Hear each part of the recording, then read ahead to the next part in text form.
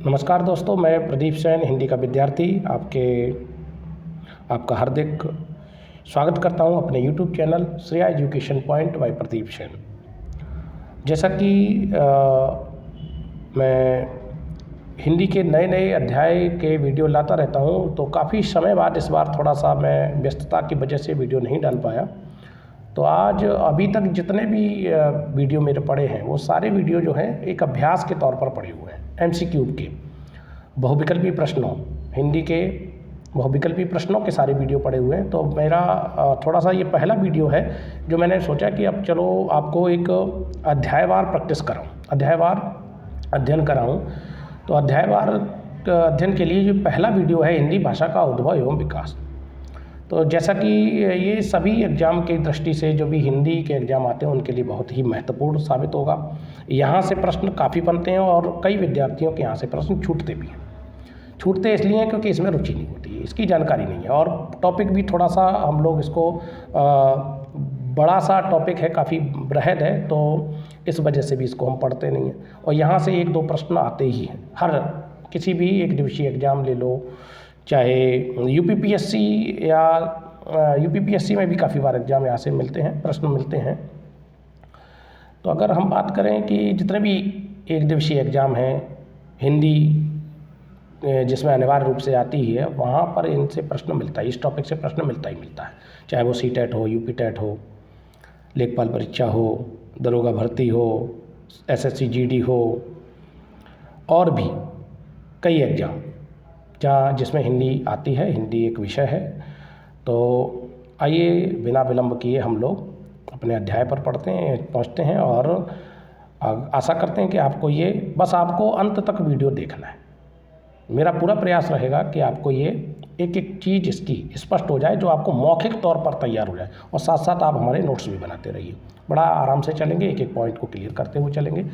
तो जैसा कि आप देख रहे हैं, आज का जो हमारा विषय है हिंदी हिंदी में भाषा का उद्भव एवं विकास। उद्भव का मतलब भाषा की उत्पत्ति कैसे हुई, हिंदी की उत्पत्ति कैसे हुई, और विकास यानी कितने चरणों में इसका विकास हुआ, किस किस चरण के तहत ये हिंदी आज हम इस रूप में लेके आए हैं जो रूप आज का है। पहले क्या रहा, कैसे आई, तो ये सारी चर्चा इस हम वीडियो में करेंगे। और अगर आपको ये वीडियो अच्छा लगे तो कृपया इसको शेयर करिए, सब्सक्राइब करिए हमारे चैनल को। जैसा कि आप राइट कॉर्नर पे देख रहे हैं ऊपर, ये हमारा चैनल है, और भी वीडियो इसमें पड़े हुए हैं जो आपका अभ्यास कर सकते हैं उनके माध्यम से। ठीक है, तो बिना विलंब किए हम लोग प्रारंभ करते हैं। जैसा कि हिंदी भाषा है, तो सबसे पहले हम बात करें हिंदी की। तो जब हिंदी भाषा पढ़ रहे हैं तो सबसे पहले हम चर्चा करेंगे हिंदी पर। तो हिंदी क्या है? हिंदी हमारी भाषा है। तो सबसे पहले प्रश्न यही बन जाता है कि हिंदी हमारी क्या है, राष्ट्रभाषा है कि राजभाषा है? तो हिंदी हमारी एक चीज़ स्पष्ट है कि हिंदी हमारी क्या है, राजभाषा।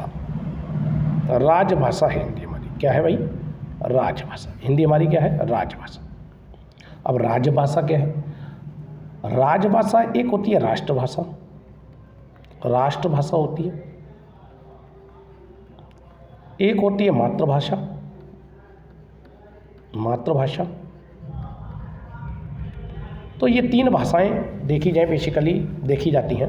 तो राजभाषा क्या है? हिंदी हमारी राजभाषा, ये संविधान में इसको दर्जा मिला है। राजभाषा क्या होती है? कामकाज की भाषा। सरकारी कार्यालयों में, विभागों में जो कामकाज की भाषा है वो राजभाषा है। तो संविधान में इसको दर्जा मिला है, हिंदी को हमारी राजभाषा के तौर पर दर्जा दिया गया है। राष्ट्रभाषा क्या होती है? किसी भी राष्ट्र की, किसी भी देश की अधिकांश संख्या, अधिकांश नागरिक, लगभग कह सकते हैं कि 70 से 80% तक के जो नागरिक होते हैं, संख्या होती है, वो अगर उस भाषा को बोलती है तो वो राष्ट्रभाषा के तौर पर जानी जाती है। यानी सबसे ज़्यादा अगर बोली जाती है तो राष्ट्रभाषा बन जाती है। जो भी भाषा देश में बोली जाती है वो राष्ट्रभाषा बनेगी, सबसे ज़्यादा उसका प्रचार प्रसार हो, हर जगह वो प्रयोग हो रही। मातृभाषा क्या होती है?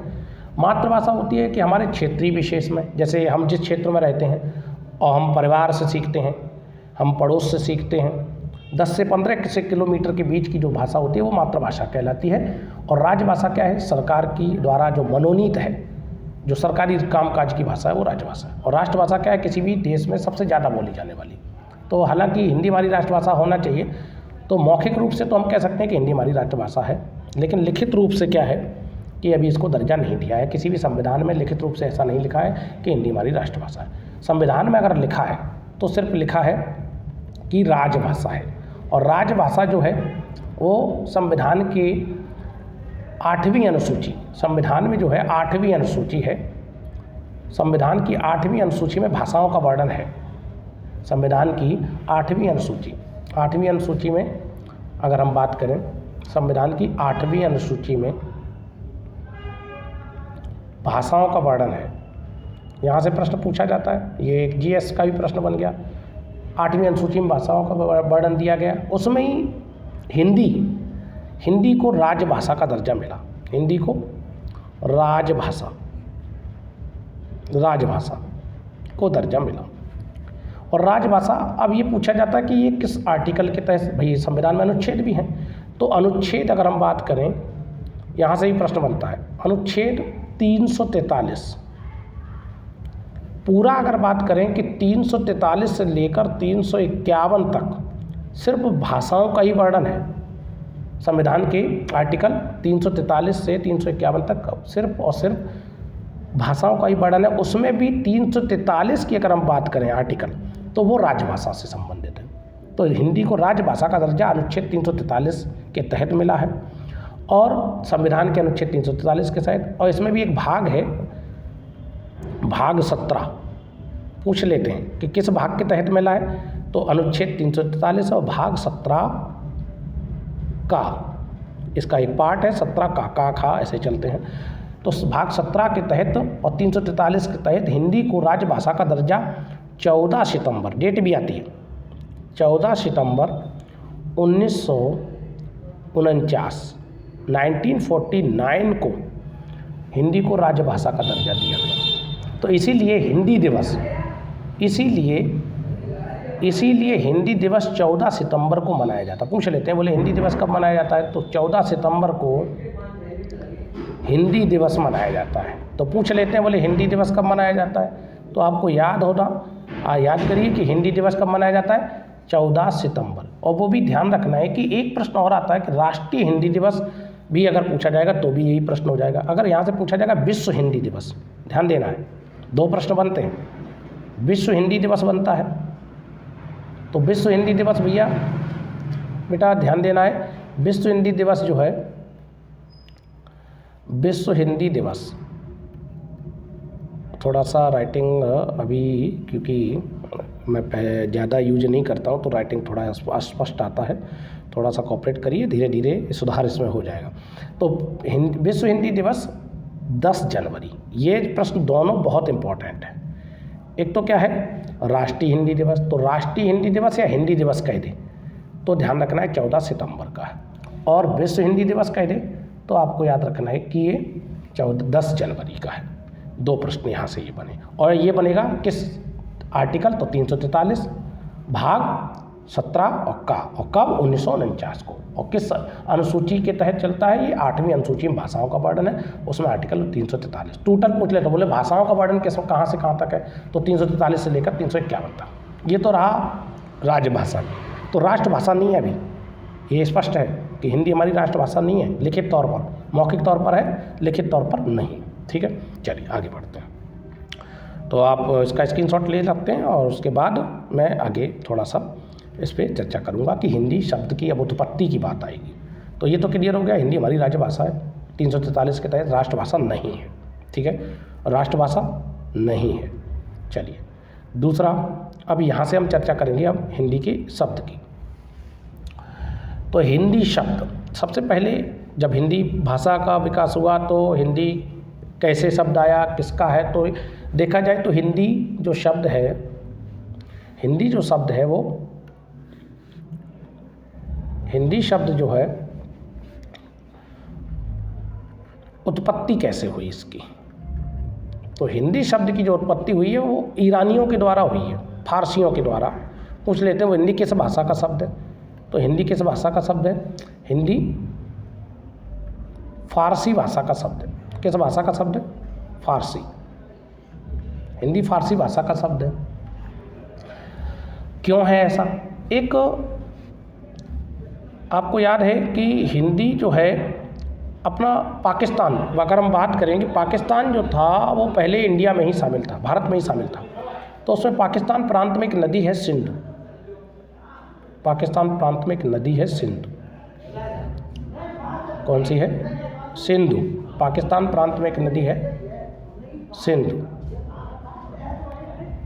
तो ये जो ईरानी थे, ईरानी, इनको ईरानी, फारसी कह सकते हैं, ईरानी।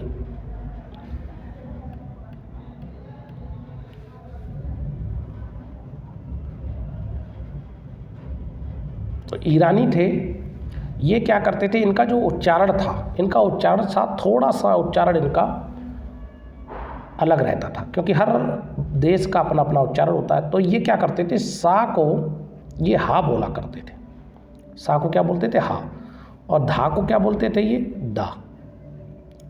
तो यहाँ से अब इनको ये तो मालूम नहीं था ये भारत है क्या है, ये तो सिंधु नदी को जानते थे सिर्फ। ये व्यापार करने आते थे, संबंध पुराने रहे हैं यूनानियों से भारत के, तो आते थे, तो वो सिर्फ सिंधु नदी को स्थान जानते थे, बाकी का ये नहीं जानते थे कि ये इंडिया है क्या है। तो यहीं से इनका दिया गया है, बोले सिंधु। सिंधु का मतलब इन्होंने ये क्या कहने लगे, हिंदू कहने लगे। सिंधु को क्या कहने लगे, हिंदू। तो एक शब्द उत्पन्न हुआ, बोले हिंदू आ गया। फिर इसमें परिवर्तन किया, इसमें एक ईक प्रत्यय लगा। क्या लगा, ईक प्रत्यय। तो ये बन गया हिंदीक। क्या बना, हिंदीक। ईक प्रत्यय लगा तो बना हिंदीक। फिर परिवर्तन हुआ, इसमें से का हटे, ये का यहाँ से हटा और ये बन गया हिंदी। तो इस तरीके से हिंदी शब्द आया। तो कह सकते हैं कि हिंदी किस भाषा का शब्द है, हमारा तो है नहीं, ये यूनानियों द्वारा दिया गया। फिर अब हम बात करें कि हिंदी के कौन कौन से शब्द, भाई फारसी भाषा कौन कौन से शब्द आ गए। तो एक तो आप देख रहे होंगे यहाँ से, आप देखिए, एक तो हिंदू शब्द आ गया, बोले हिंदू भी फारसियों का दिया, ईरानियों का दिया। एक शब्द आया, बोले ये भी दिया गया। एक और शब्द आया हिंदुस्तान। क्या आया, हिंदुस्तान, हिंदुस्तान। तो 3 शब्द जो हैं आज बोले जा रहे हैं, हिंदी, हिंदू, हिंदुस्तान। हिंदी, हिंदू और हिंदुस्तान। हिंदुस्तान का मतलब, हिंदू मतलब सिंधु, हिंदू का मतलब सिंधु, और स्थान का मतलब यहाँ पर स्थान से मतलब है, स्थान। तो सिंधु का स्थान बोलते थे वो, तो इसको वो हिंदुस्तान बोलने लगे। तो ये आपका विकास, यानी हिंदी का जो शब्द का विकास हुआ यहाँ से हुआ। फारसी भाषा का शब्द है, ये कालांतर रहा, ये समय परिवर्तन रहा, और ऐसे करके ये शब्द बना। ये क्लियर हो गया होगा, आप नोट भी करते चलिए इसको। सिंधु और स्थान, तो बना सिंधु का स्थान को वो हिंदुस्तान कहने लगे। ठीक है, चलिए आगे बढ़ते हैं। अब बात करें कि हिंदी, ये तो शब्द की बात होगी, बोले शब्द फारसियों द्वारा दिया गया है। अब हम बात करें कि लगभग, अगर हम बात करें कि हमारे विश्व की, अगर हम बात करें पूरे विश्व की बात करें, विश्व स्तर पर जो भाषाएं हैं, विश्व स्तर पर लगभग 3000 भाषाएं आज विश्व स्तर पर प्रचलित हैं, बोली जाती हैं। उसमें से अगर एग्जैक्ट कंडीशन देखें तो 2796 मतानुसार, जो एक बात करें कि एक आधिकारिक तौर पर जो पुष्टि हुई है, लगभग 2796 भाषाएं, तो अप्रॉक्सीमेट लगभग 3000 मान देते हैं। तो एग्जैक्ट अगर बात करें तो भाषाएं जो हैं वो 2796 भाषाएं जो हैं वो प्रचलित हैं पूरे विश्व में। उसमें से एक अपनी भाषा आई हिंदी, उसमें से कौन आई, हिंदी भी है भाई। इन 2796 में हिंदी, 3000 भाषाओं में लगभग, मतलब ये है लगभग अप्रॉक्सी, और 2796 एग्जैक्ट मानी जाती है। तो हिंदी आई, उसमें से हिंदी। अब इसका अगर हम बात करें कि भाई विकास क्या, तो इसकी एक हिंदी की उत्पत्ति की अगर बात करें तो हमारे भारत में 4 भाषा परिवार, टोटल कुल भाषा परिवार 12 माने जाते हैं। उसमें से भारत की अगर हम बात करें, क्योंकि हमें सारा तो पढ़ना नहीं है, भारत में जो भाषा परिवार है पूरे विश्व में लगभग 12 हैं। और भारत की अगर बात करें भाषा परिवार का मतलब कि हाँ, हिंदी किस परिवार में आती है, हिंदी कहाँ कहाँ बोली जाती है, तो इसको खंड कर दिए, इसके पार्ट कर दिए। तो हिंदी की जो भाषा परिवार है, भारत में कुल कितने हैं? 4 भाषा परिवार हैं। कितने हैं? 4 भाषा। यहाँ से भी प्रश्न आ चुका है, ये KVS 2018 में प्रश्न आया, भारत में कितने भाषा परिवार हैं? 4। कौन कौन से हैं उस पर चर्चा कर लें। 4 भाषा परिवार कौन से हैं? भारत में भाषा परिवार की अगर हम बात करें, भाषा परिवार 4 है। भाषा परिवार भारत की अगर बात कर रहे हैं तो इसमें 4 भाषा परिवार कौन कौन से हैं? भाई 4 भाषा जो परिवार हैं वो कौन कौन से हैं, यहाँ पे हम चर्चा करेंगे एक डायग्राम के तहत।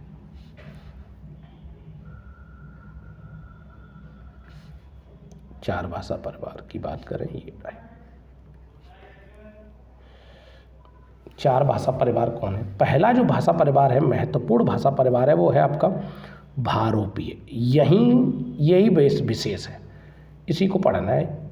भारोपीय पूछ लेते हैं, बोले हिंदी किस परिवार की भाषा है? यहीं से आई है, भारोपीय।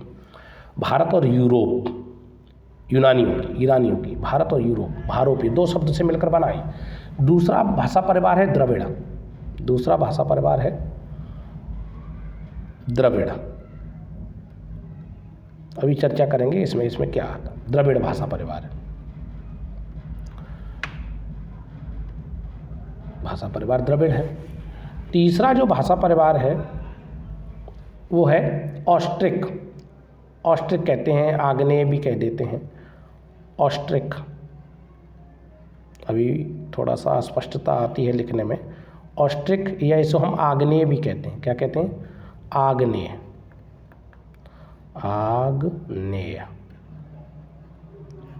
आग्नेय भी कहते हैं। मैं यहाँ पे स्पष्ट और लिख दे रहा हूँ, ऑस्ट्रिक कह लो या इसे हम आग्नेय भी कहते हैं। आग्नेय, ऑस्ट्रिक भाषा परिवार या आग्नेय। और जो चौथा है, मैं इसको ऊपर नोट कर दे रहा हूँ यहाँ पे, चौथा जो है चीनी तिब्बती कह सकते हैं। तिब्बत बर्मी भी कह देते हैं, चीनी तिब्बती भी कह देते हैं। तिब्बत बर्मी, चीनी तिब्बती, ये यहाँ से प्रश्न बन जाता है। चीनी तिब्बती, चीनी बर्मी या चीनी तिब्बती भी, बर्मी भी कह देते हैं, चीनी तिब्बती भी कह देते हैं, बर्मा से। ये 4 भाषा परिवार हैं। कौन कौन सा हुआ? पहला है भारोपीय, और दूसरा है द्रविड़, तीसरा है ऑस्ट्रिक या आग्नेय, और चौथा है चीनी तिब्बती या तिब्बत वर्मी कह सकते हैं। तो ये भाषा परिवार है, इनको आप नोट कर लीजिए, फिर हम आगे बढ़ते हैं।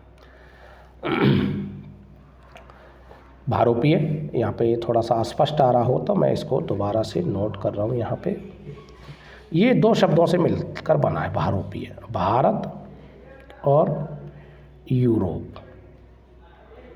भारत और यूरोप मिलकर जो बना है वो भारोपीय बना है, भारत और यूरोप की भाषाओं का। तो यहीं से अगर हम बात करें, अगर द्रविड़ की बात करें तो द्रविड़ में कौन कौन से आगे तो हम चर्चा करेंगे। पहले तो ये 4 आप भाषा परिवार नोट कर लीजिए, आगे चलते हैं, आगे चलें। सबसे पहले हम बात करेंगे, पहला हमारा पार्ट है भारोपीय। तो हिंदी जो है किस भाषा परिवार की भाषा है? यहीं से प्रश्न बनता है, बोले भारोपीय। भारोपीय का मतलब 2 पार्ट हैं, भारत और यूरोप। भारत और यूरोप, भारत और यूरोप, भारत और यूरोप, 2 भाषाओं का योग है। तो पूछ लेते हैं, बोले हिंदी किस परिवार की भाषा है? तो यहाँ से प्रश्न बन जाता है भारत और यूरोप की बात करें तो। और दूसरा जो बताया है द्रविड़ बताया है, द्रविड़ परिवार बताया है, द्रविड़। तो द्रविड़ परिवार क्या है? इसकी अगर हम बात करें तो द्रविड़ परिवार में जैसे तमिल है, तेलुगु है, तमिल तेलुगु, मलयालम है, इसी में मलयालम भी आ जाएगी, मलयालम है, मलयालम। ये भाषाएं किसकी? द्रविड़ परिवार में चलेंगी। तीसरी अगर हम बात करें, तीसरा जो पार्ट बोला है वो बोला है ऑस्ट्रिक।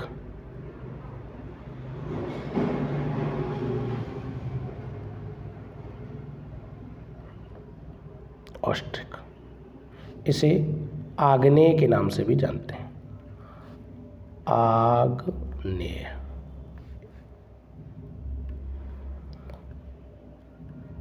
आग्नेय स्पष्ट नहीं हो पाती है लाइन सीधी, तो आग्नेय ये है। इसमें कौन सा आता है? तो इसकी अगर हम बात करें तो इसमें जो भाषाएं आती हैं बेसिकली, इसमें जैसे संथाली है, संथाली हो गई और कश्मीरी हो गई, ये सब भाषाएं इसमें आ जाएंगी। संथाली, मुंडा भाषा भी होती है, संथाली, मुंडा, ये कश्मीर साइड में बोली जाती है, मुंडा, और ये अलग है भाषाएं। अगर हम बात करें चौथा जो है वो है आपका चीनी तिब्बती। तो ये चीनी तिब्बती क्षेत्र, तो यहाँ पे तिब्बत क्षेत्र की जो भाषा होगी वो हो गई चीनी तिब्बती। चीनी तिब्बती कह दो, तिब्बत वर्मी कह दो, चीनी तिब्बती, ये रही 4 पर्व। तो हमारा जो महत्वपूर्ण है वो हमें क्या पढ़ना है?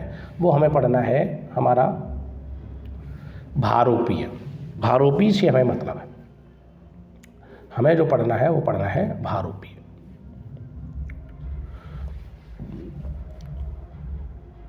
नोट कर लीजिए इसको आप। हमें जो पढ़ना है वो पढ़ना है हमारा जो परिवार है, भाषा परिवार है भारोपीय। भारोपीय, भारोपीय।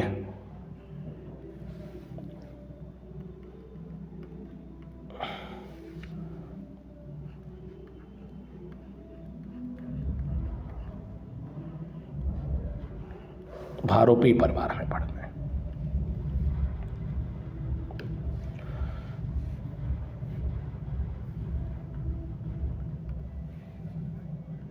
हमें ये पढ़ना है। तो भारोपीय अगर हम परिवार की बात करें तो भारोपीय परिवार के 2 पार्ट हुए। भारोपीय परिवार के 2 पार्ट हुए। इसको 2 खंड में बांटा गया भारोपीय परिवार को। यहाँ पे इसमें ज़्यादा ठीक रहेगा, यहाँ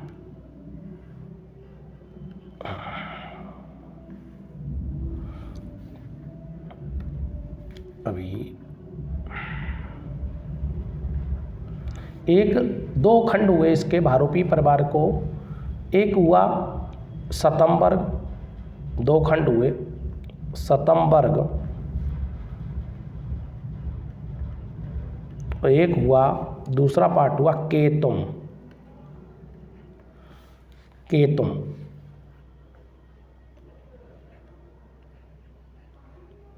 एक रहा सतम, एक केतुम वर्ग। सतम वर्ग और केतुम वर्ग 2 खंड हुए भारोपीय के। ठीक है, यहाँ से आपको क्लियर हो जाएगा। पूछने लगे बोले सतम वर्ग केतुम वर्ग कितने खंड हुए, तो आपको ये याद रखना है, बोले 2 खंड हुए, सतम वर्ग और केतुम वर्ग।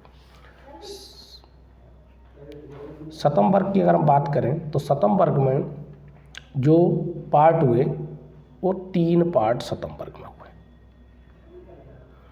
सतम वर्ग में कितने पार्ट हुए? 3 पार्ट हुए।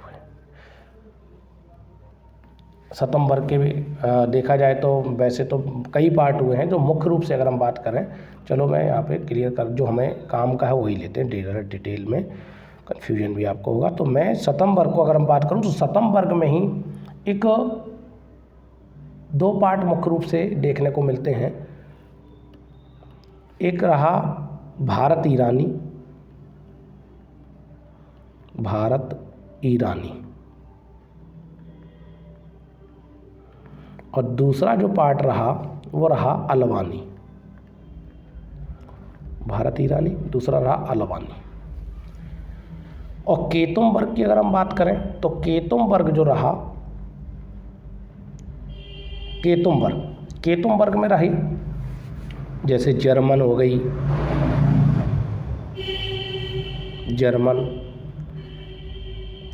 जर्मन हो गई, और इसके बाद ग्रीक हो गई,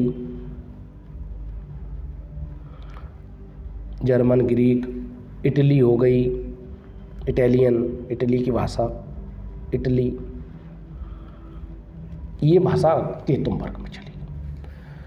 भारत ईरानी की अगर हम बात करें तो अल्बानी से तो नहीं मतलब रहा, हमारा रहा भारत ईरानी। ये जो रहा भारत ईरानी, इसी से हमारा काम चलेगा, यहीं से बस अब हिंदी का काम चालू हो गया। भारत ईरानी अगर हम बात करें, ईरानी एक ग्रंथ, ईरानी कह लो इसको हम, अगर हम बात करें ये, इसमें एक ग्रंथ हुआ, ईरानी भाषा का एक ग्रंथ हुआ,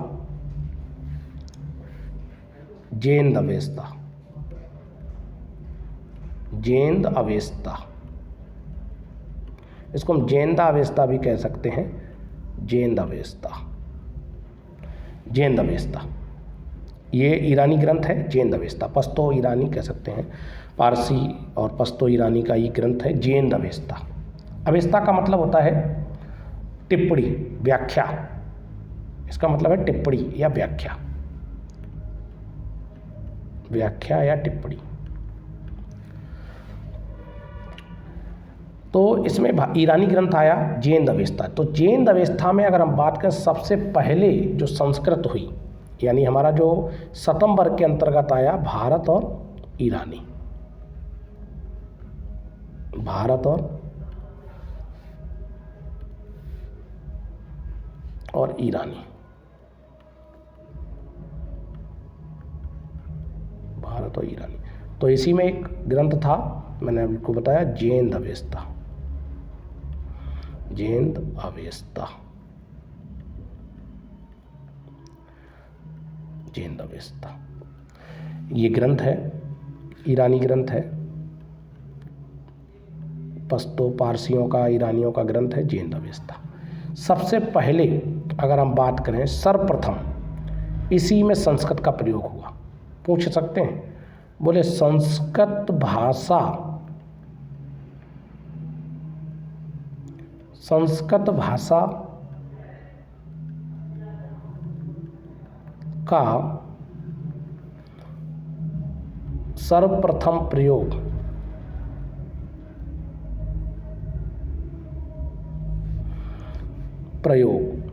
किस ग्रंथ में हुआ और कहाँ हुआ? तो आपका उत्तर होना चाहिए, सबसे पहले संस्कृत भाषा जेंद अवेस्ता में प्रयोग हुआ। किसका? संस्कृत भाषा का। संस्कृत भाषा सबसे पहले जेंद अवेस्ता में आई। यहीं से अब ये प्रारंभ होने लगा। एक फ्रेंच विद्वान हुए जिनका नाम था जॉन अब्राहम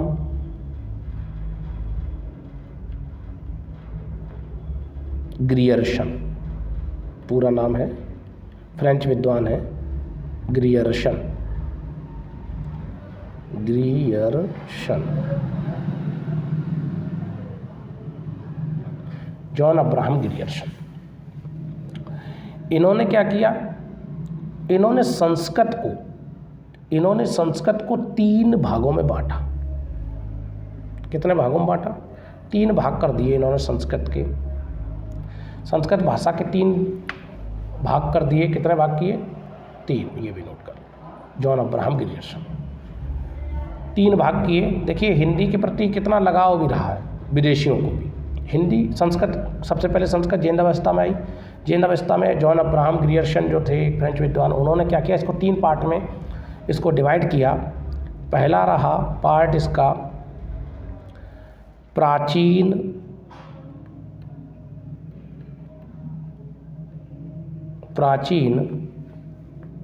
आर्य भाषा, पहला नाम दिया संस्कृत का प्राचीन आर्य भाषा। दूसरा दिया मध्यकालीन आर्य भाषा,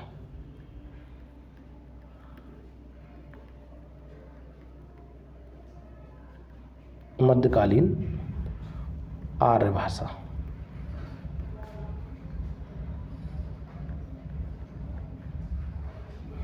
और तीसरा जो पार्ट आया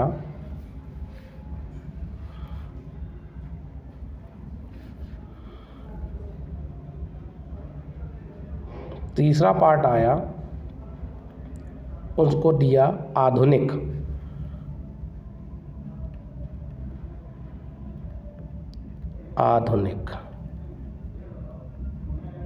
आधुनिक आर्य भाषा, यहाँ पे लिख दे रहा हूँ, आधुनिक आर्य भाषा। कितने हुए? पहला प्राचीन आर्य भाषा, संस्कृत को उन्होंने डिवाइड किया 3 भाग में, प्राचीन, फिर दूसरा मध्यकालीन और फिर तीसरा दिया आर्य, आधुनिक आर्य भाषा। अगर हम बात करें, इतना नोट कर लीजिए, आगे फिर बढ़ूंगा मैं। ठीक है, आगे चलते हैं, नहीं तो आप आराम से वीडियो को देखिए और नोट करते जाइए, रोक रोक के देख लेना, क्लियर हो जाएगा। इन्होंने क्या किया, संस्कृत की अगर हम बात करें, प्राचीन आर्य भाषा में इन्होंने 3 पार्ट किए। पहला रहा प्राचीन आर्य भाषा, किसने किया? फ्रेंच विद्वान। प्राचीन आर्य भाषा, प्राचीन आर्य भाषा। प्राचीन आर्य भाषा का जो लगभग जो समय इन्होंने माना है वो लगभग 2000, कहीं कहीं 1500 भी मिलता है, 2000 ईसा पूर्व। ईसा पूर्व का मतलब ईसा मसीह के जन्म के 2000 साल पहले, 2000 ईसा पूर्व से 500 ईसा पूर्व, दोनों में ईसा पूर्व भी हैं, ध्यान देना ये चीज़। कितना समय माना? प्राचीन आर्य भाषा का जो समय माना है 2000 ईसा पूर्व से 500 ईसा पूर्व का समय इन्होंने माना है। यहीं से प्राचीन आर्य भाषा से ही संस्कृत का विभाजन हुआ। इसमें पहली आई, एक एक करके समझाऊंगा। पहली आई वैदिक संस्कृत, अर्थात वेदों की संस्कृत। इसमें मंत्रोच्चारण वगैरह होते हैं, कभी अनुष्ठान होता है हमारे आपके यहाँ, तो मंत्रोच्चारण जो पढ़े जाते हैं वो वेदों वाले होते हैं। वैदिक संस्कृत आई, और दूसरा खंड रहा लौकिक संस्कृत। क्या रहा? लौकिक संस्कृत। पहली वैदिक, फिर दूसरा लौकिक संस्कृत।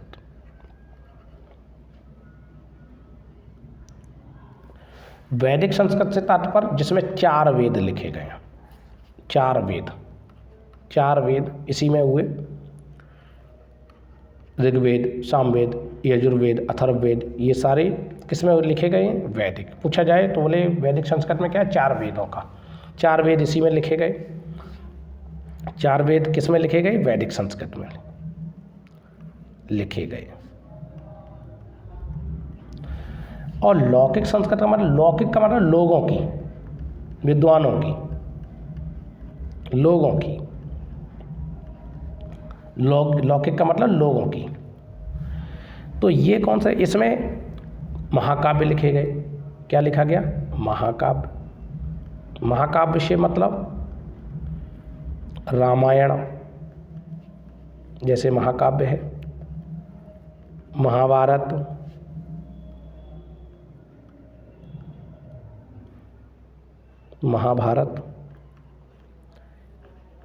इस प्रकार के जो काव्य लिखे गए महाकाव्य, वो किस में हुए? लौकिक संस्कृत में।